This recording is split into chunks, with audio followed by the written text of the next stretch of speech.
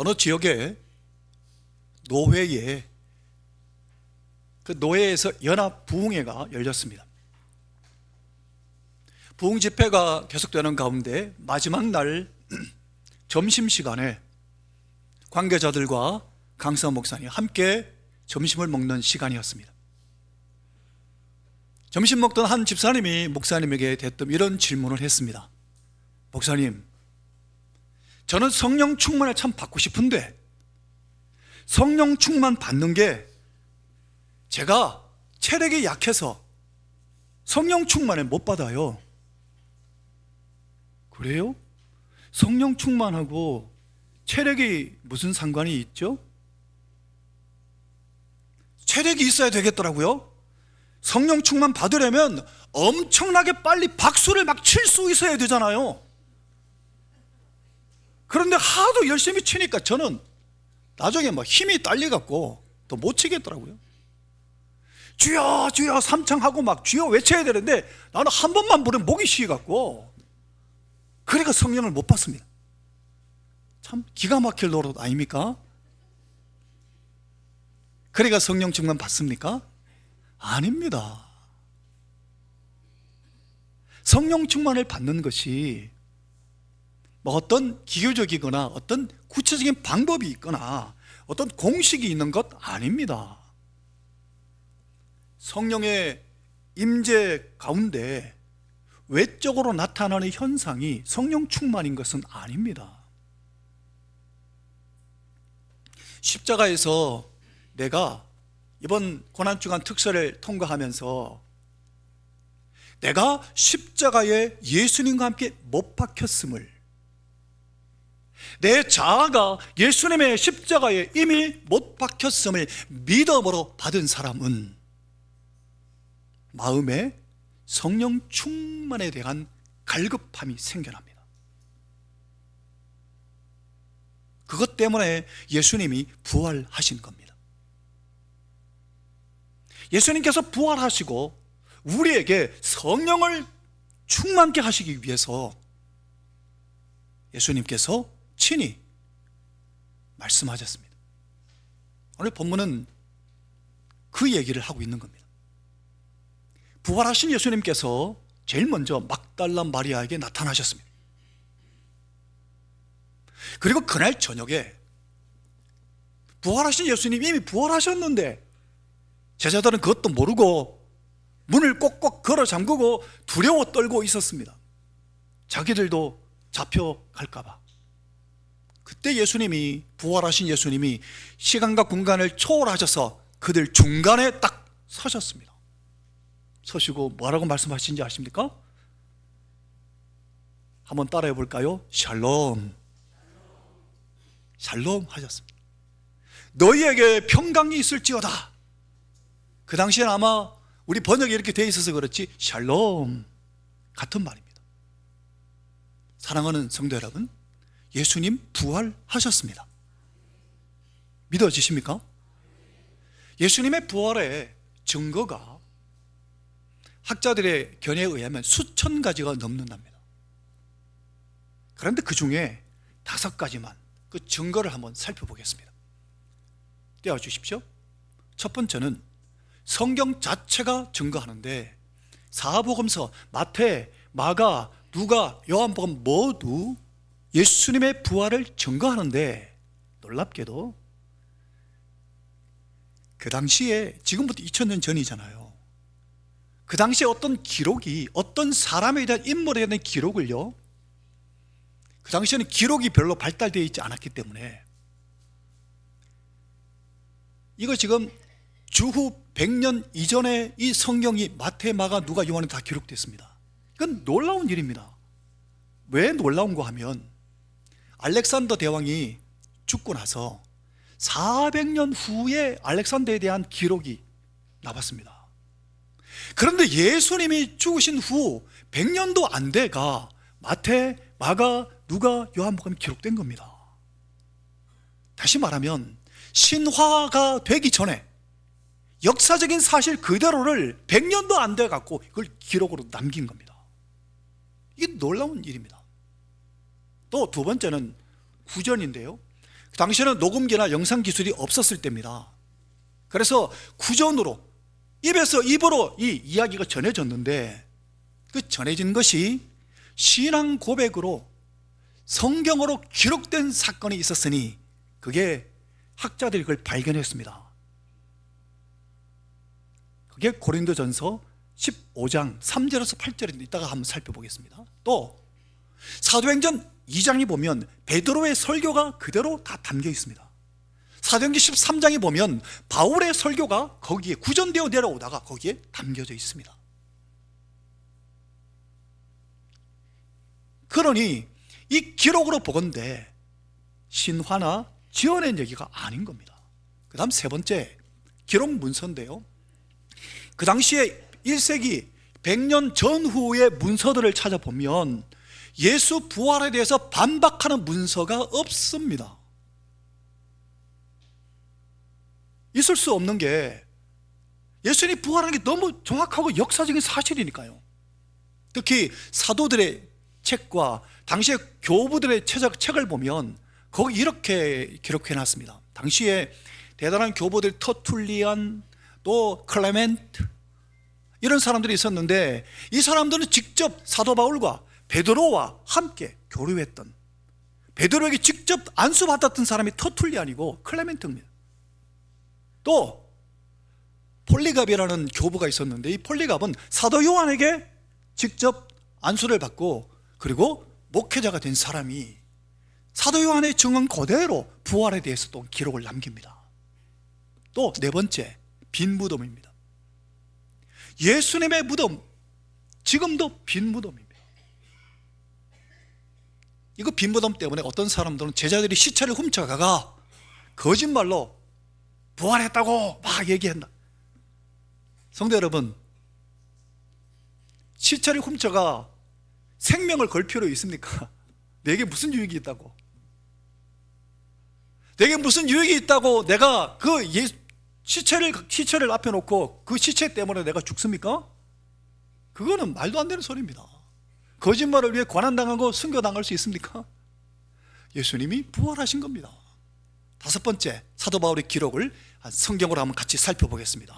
같이 읽어보겠습니다. 3절부터 8절까지. 내가 받은 것을, 시작, 내가 받은 것을 너희에게 전하였노니 이는 성경대로 그리스도께서 우리 죄를 위하여 죽으시고 장사 지낸 바 되셨다가 성경대로 사흘 만에 다시 살아나사 게바에게 보이시고 후에 12 제자에게와 그 후에 500여 형제에게 일시에 보이셨나니 그 중에 지금까지 대다수는 살아있고 어떤 사람은 잠들었으며 그 후에 야고보에게 보이셨으며 그 후에 모든 사도에게와 맨 나중에 만삭되지 못하여 난 자 같은 내게도 보이셨.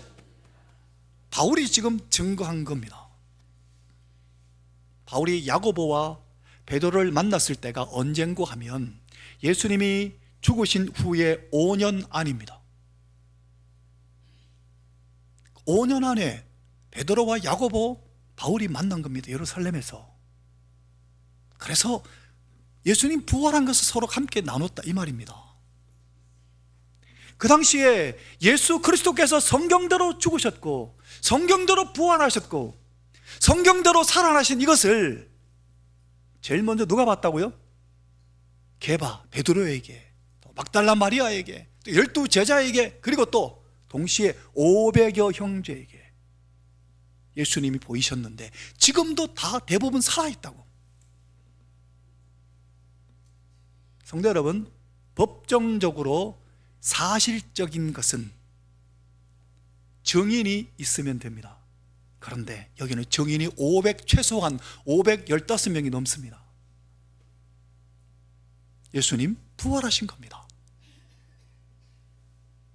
그러면 목사님, 아니 예수님이 그러면 저 같으면 부활 딱 하시고 예수님이 십자가에 못 박았던 그 군병 앞에 딱 나타나든가 대제사장하고 또 빌라도한테 딱 나타나, 내가 살아났다 봐라, 이렇게 하면 좋을 텐데 저 같으면 그랬을 것 같은데 왜 그렇게 안 하셨을까요? 예수님은 예수 그리스도를 믿는 사람들에게만 나타나셨고 또한 예수님은 보지 않고도 믿는 그 믿음을 주시기 위해서 그렇게 하셨고, 예수님은 대신 성령의 능력으로 우리에게 믿어지게 하시기 위한 하나님의 계획이 있었던 겁니다. 오늘 우리는 예수님 본 적도 없는데 그 부활이 믿어지는 것 볼 때 성령께서 내 안에 오신 겁니다. 성령께서 내게 깨닫게 하시고 믿어지게 하셨다는 말입니다. 이 은혜에 대하여 감사하시기를 바랍니다. 예수님 부활하셔서 나타나셔서 샬롬 샬롬 하시고 나서 그 다음에 하신 말씀이 오늘 본문의 22절에 이렇게 말씀하십니다. 함께 읽겠습니다. 이 말씀을 하시고, 시작. 이 말씀을 하시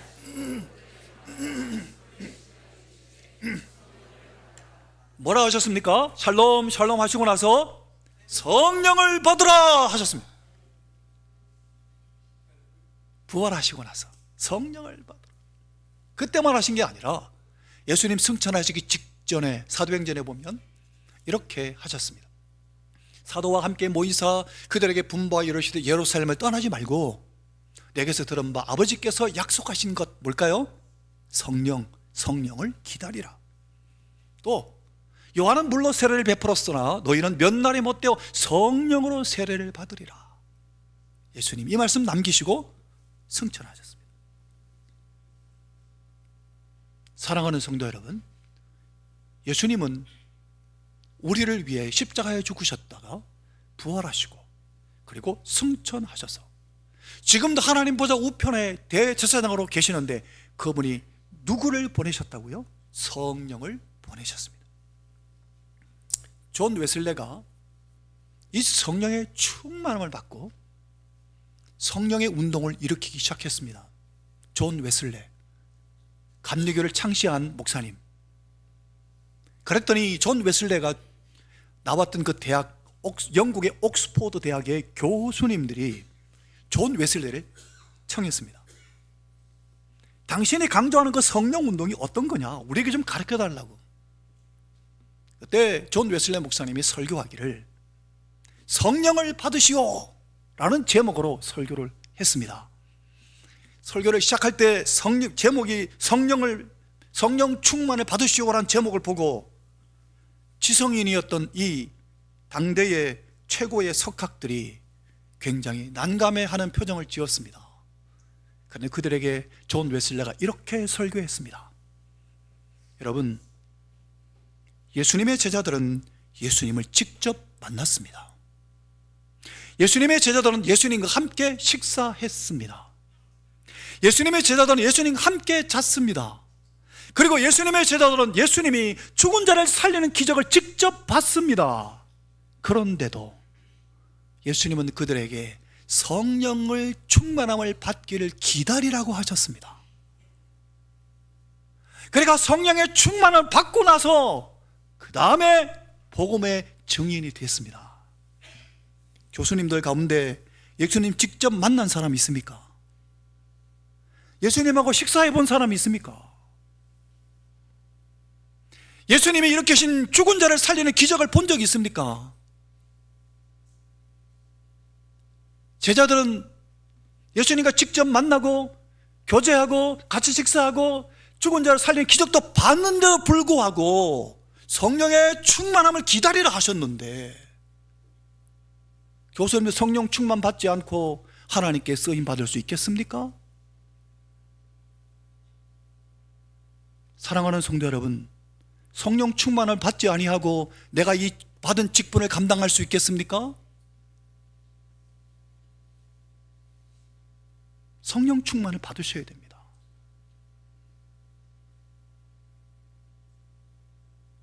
이 설교 앞에 교수님들이 크게 깨달았고 교수님들도 성령의 충만함을 위해 기도하기 시작했습니다.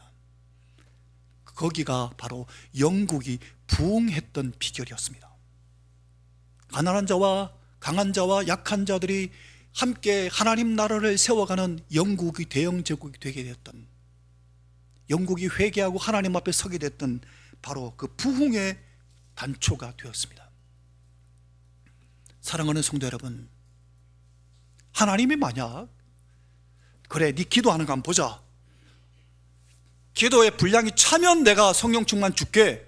만약 그러셨다면 성령 충만 받는 게 얼마나 어렵겠습니까? 그런데 우리가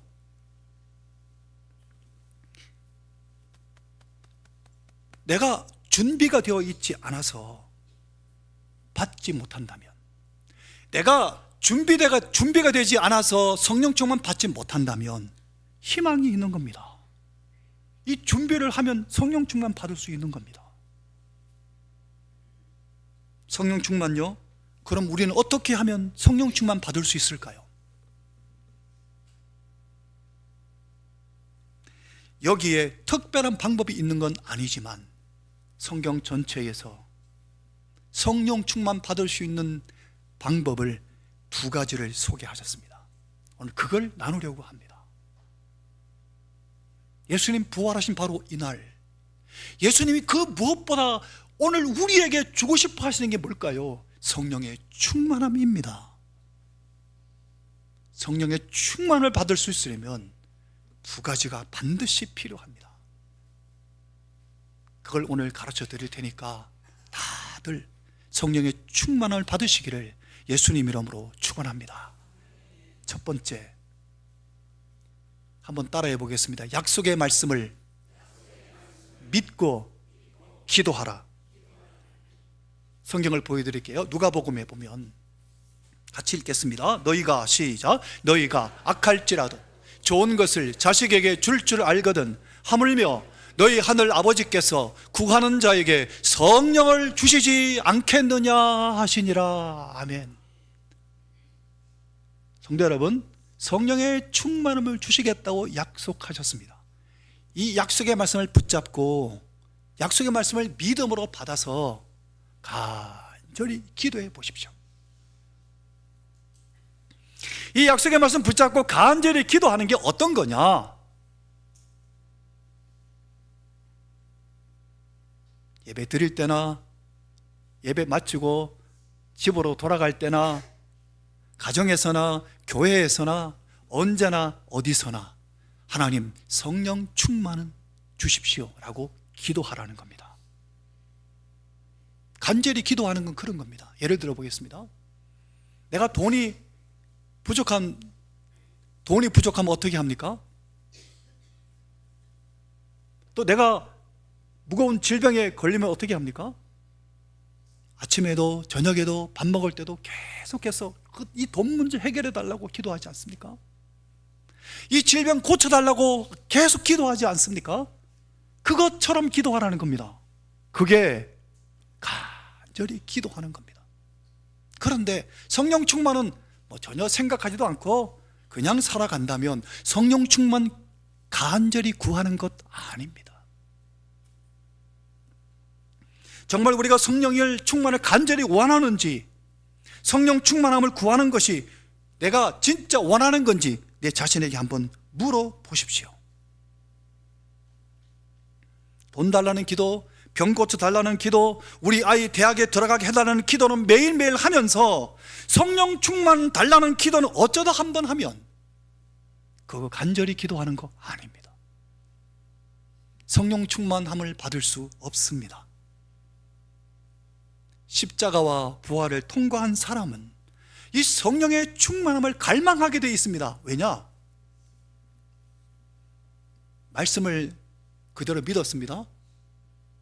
내가 그리스도와 함께 십자가에 못 박혔나니 그런즉 이제는 내가 사는 것이 아니요 오직 내 안에 그리스도께서 사시는 것이라.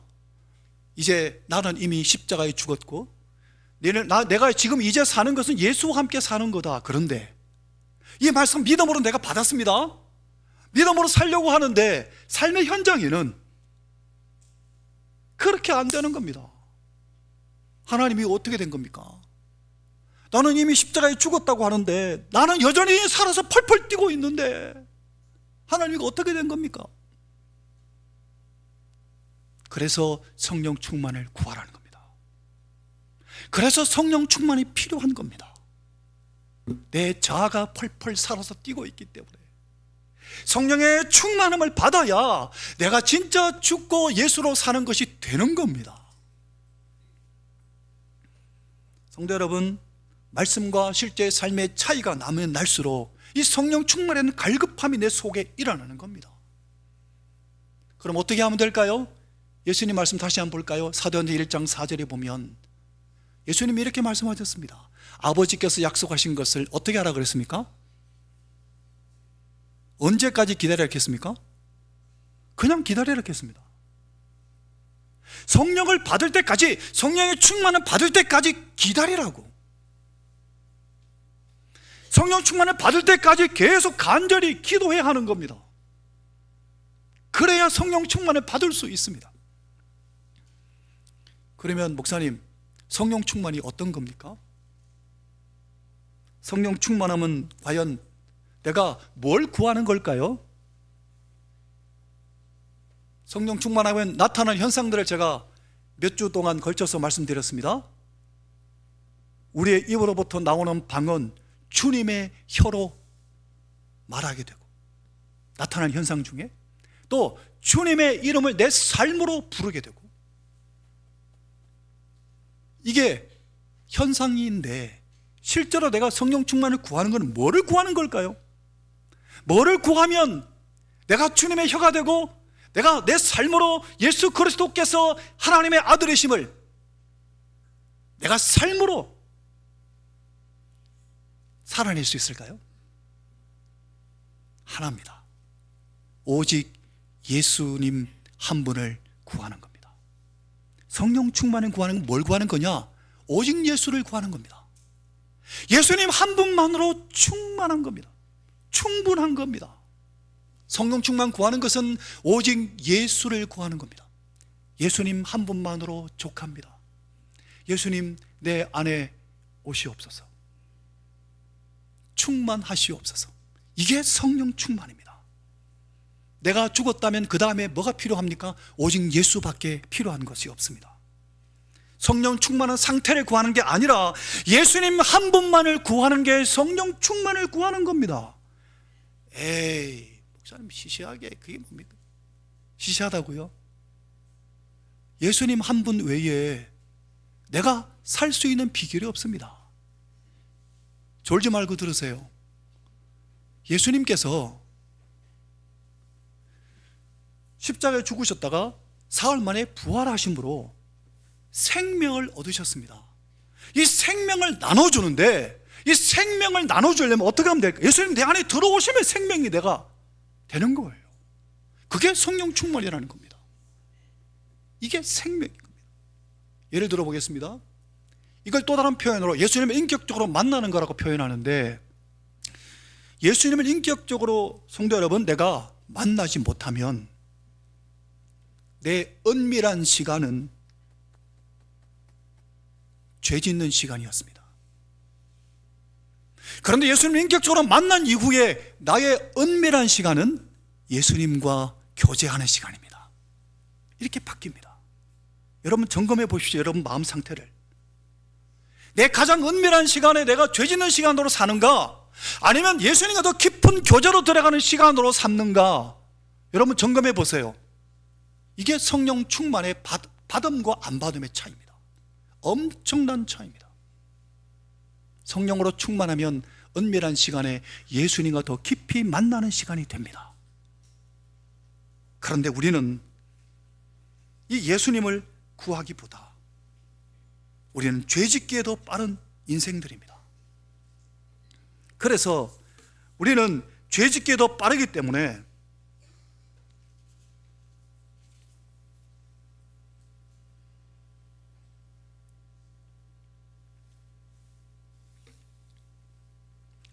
죄와의 싸움이 더 어렵습니다. 그래서 하나님께 내가 죄가 더 좋으니까 성령 충만을 안 구하려고 하는 겁니다. 그걸 좀 이따가 한 번 더 구체적으로 그 얘기하겠습니다. 사랑하는 성도 여러분, 무슨 얘기입니까? 진짜 성령 충만 받고 싶습니까? 봐요, 아멘 몇 분 안 하시잖아요. 진짜 성령 충만 받고 싶으십니까? 그러면 성령 충만을 내가 갈급해야 합니다. 갈급해야 믿음으로 간구하죠. 우리가 성령 충만을 구할 때도 자꾸 체험을 자꾸 강조합니다.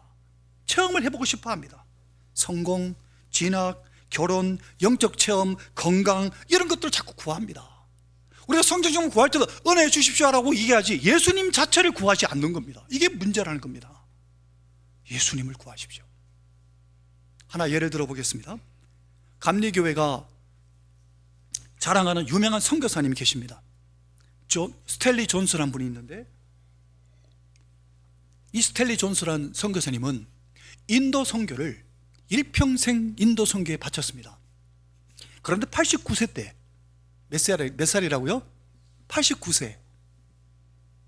우리 도신준 장로님 아직 89세 안 되셨잖아요. 그죠? 안 됐습니다. 제가 압니다. 저희 아버지하고 같으니까. 이 장로님 모르십니다 지금. 89세 아직 안 되셨는데, 이 선교사님 89세가 됐는데 중풍이 온 겁니다. 중풍이 뭐죠? 뇌출혈이나 뇌경색. 그래가 하반신을 못 쓰게 된 겁니다. 그러니까 본국에 돌아와가 5개월 동안 병원에 입원을 하셨는데, 이 스탠리 존스가 어떻게 했는지 아십니까? 간호사에게 부탁을 했습니다. 내가 깨어 있을 때는 무조건 이 이야기를 내게 해달라고. 나사렛 예수 이름으로 명하노니 일어나 걸어라. 내가 깨어 있을 때면 드나들 때 계속 이 이야기를 해달라고 부탁했습니다. 해줄 수 있겠습니까? 하면서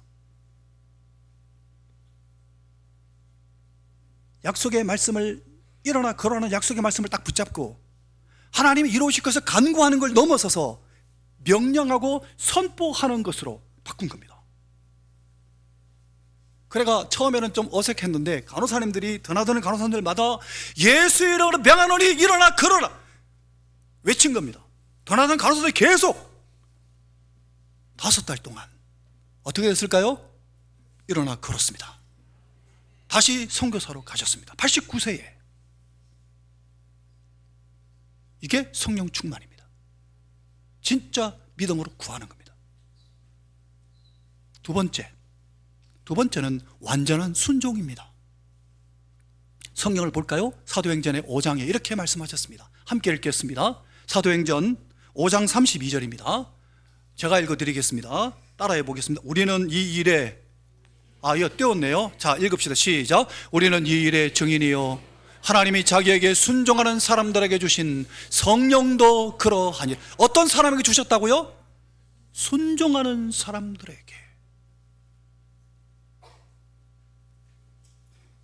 성도 여러분, 제가 여쭤볼게요. 성령 하나님이 네 재산 다 내놔라 하마 순종하시겠습니까?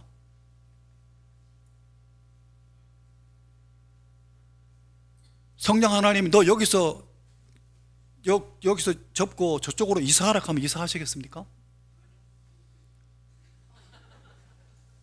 성령 하나님이 여기 지금 네가 죽어라 하면 죽으시겠습니까? 그러면 완전한 순종이 아닙니다.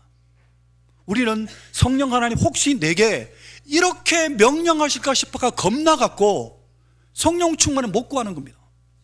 구하는데 성령 충만 주십시오 하는 말을 하는데 실제로는 거짓말하고 있는 겁니다. 저도 그랬거든요. 하나님이 야, 네 아프리카로 선교사로 가라 하실까봐 아골골적 빈들어 이 찬송 절대로 안 했다니까요. 성령님 그런 분 아닙니다. 나를 누구보다 더 잘하시는 분이 성령님이신데 성령님께 온전하게 순종하겠다는 마음을 가지지 않으면 성령 충만하지 못합니다. 하나님께서 이 시간 여러분에게 나타나셔서 양희정 집사야, 네 가진 재산 전부 다 내게 줄 수 있겠니? 네 가진 재산 전부 다 누구 거니? 양희정 집사님 묻는다면 양희정 집사 뭐라고 대답하시겠습니까? 예, 대답 안 하셔도 됩니다. 성도 여러분, 만약 지금 예수님이 여기 오셔서 내게 그래 물으신다면, 네가 가진 거 다 누구 거니라고 물으신다면 뭐라고 대답하시겠습니까? 주님 것입니다 하고 바로 답변하셔야 됩니다. 주님이 그거 못 거두어 가시겠습니까? 주님이 거둬가시려고 작정하시면 내가 애걸복걸 빌어도 소용없습니다.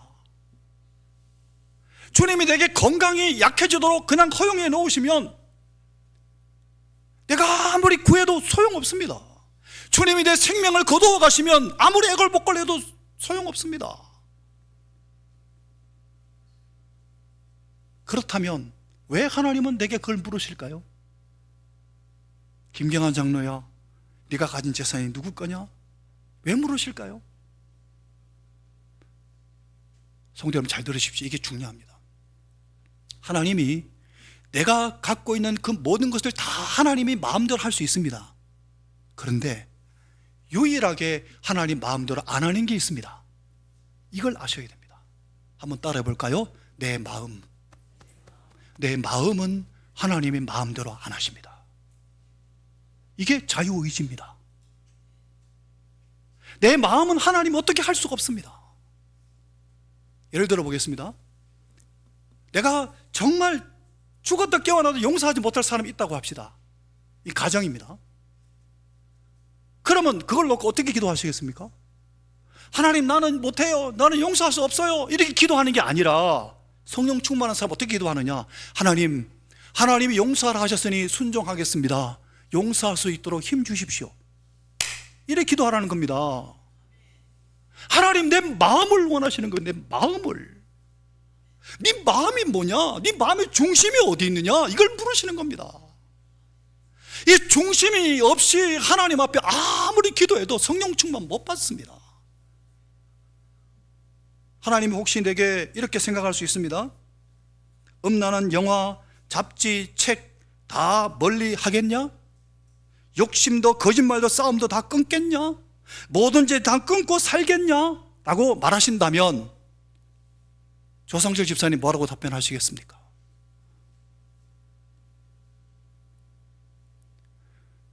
하나님이 그렇게 물으신다면 네, 끊겠습니다. 이 마음을 원하시는 겁니다.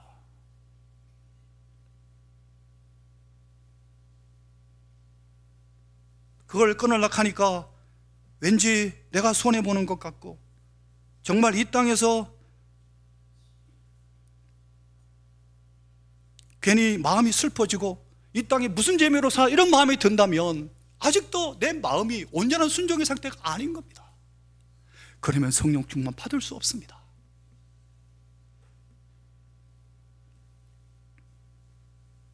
무엇 때문에 하나님이 그렇게 물으시는지 아시겠습니까? 이야기 하나 하고 말씀을 마치겠습니다. 어릴 때 부모님을 잃고 고아가 된 한 소녀가 있었습니다. 이 소녀는 누가 키웠는가 하면 고모가 키웠습니다. 그런데 그 고모는 자기는 결혼도 하지 못하고 조카들을 키웠습니다. 결혼도 하지 못하고 조카들을 키웠는데 이 소녀가 어느덧 고등학생이 됐습니다. 그런데 이 친구가, 예수 믿는 친구가 있어서 교회에 출석하게 되었습니다. 고등학생이 됐고 사춘기 시절이고 또 교회를 나가게 됐고, 그런데 이 소녀에게 마음에 걸리는 게 하나 있었습니다. 요즘 들어 자꾸 이 고모하고 자꾸 부딪히는 겁니다. 그러니까 교회 오면 아이고 고모님, 고모하고 자꾸 부딪힌 거 용서해 주세요 기도해 놓고 집에 가면 또 고모하고 또 싸우고, 그래가 마음이 많이 힘들었습니다. 자기도 이제 많이 컸는데 고모가 막 잔소리하면 잔소리가 듣기 싫은데 고모는 또 이건 하라는 공부는 안 하고 교회는 왜 나가? 이런 생각이 들어갖고 못마땅한 겁니다. 그러던 어느 날 교회 학교 중고등부 예배에서 목사님의 설교를 듣는데 이 소녀가 은혜를 받은 겁니다. 이제는 내가 사는 것이 아니요 오직 내 안에 그리스도께서 사시는 것이라. 이 말씀을 듣는데 이 말씀이 확 내 안에 들어온 겁니다. 아, 그렇구나. 내가 살아서 고모하고 자꾸 부딪히는 거구나. 내 안에 그리스도께서 사신다 그랬는데 예수님이 대신 나가면 되겠네. 이런 확신이 드는 겁니다. 그 은혜 받은 그날 집으로 돌아가는데 대문 앞에 딱 서는데 마음에 이 두려움이 확신이 안 서는 겁니다. 틀림없이 또 고모가 기다렸다는 듯이 막 쏟아붓겠지. 그럼 나는 어떡하지? 문고리를 잡고 기도했습니다. 예수님, 내 안에 예수님이 사신다 그랬죠. 내가 나가면 고모하고 또 싸우니까 고모가 막 퍼부을 때 예수님이 대신 나가주세요. 그리고 기도하고 문을 딱 열었습니다. 아니나 다를까 고모가 기다렸다는 듯이 막 이 교회 갔다 왔지? 막 쏟아붓는 것. 그런데 이 소녀의 눈에 이상한 일이 일어났습니다. 고모의 외모가, 얼굴이 딱 보이는데 머리에 이마에 주름살은 왜 그렇게 많고 머리는 왜 이렇게 희끗희끗한지 고모가 너무 불쌍해 보이는 겁니다.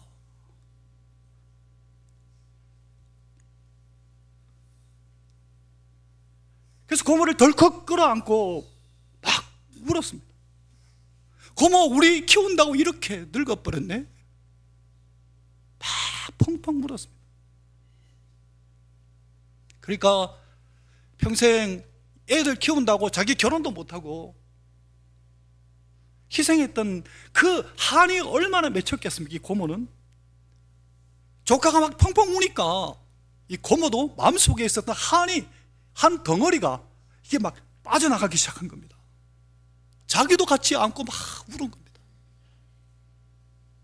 그날 예수님이 그곳에 찾아오셔서 고모의 마음을 만져주신 겁니다. 그래 그 소녀가 믿는 예수, 고모도 예수 믿게 되었다고 합니다. 사랑하는 성도 여러분, 이게 성령 충만입니다. 예수님 이 성령의 충만을 우리에게 부어주시려고 부활하신 겁니다. 그 예수님께 예수님 약속하셨잖아요. 내게 성령 충만 주십시오. 예수님만으로 저는 만족합니다. 예수님만으로 충분합니다. 예수님 내게 충만하십시오. 성령 하나님 내게 충만해 주십시오. 예수 그리스도로 살게 해 주십시오. 이제는 내가 사는 것이 아니요 오직 내 안에 그리스도가 사신다고 고백하며 살게 해 주세요. 기도하며 온전히 순종하세요. 이 성령의 충만함을 경험하시고 성령의 충만함으로 살아가시기를 예수님 이름으로 축원합니다. 찬송하겠습니다. 찬송하면서 부활절 헌금 하나님 앞에 드립니다.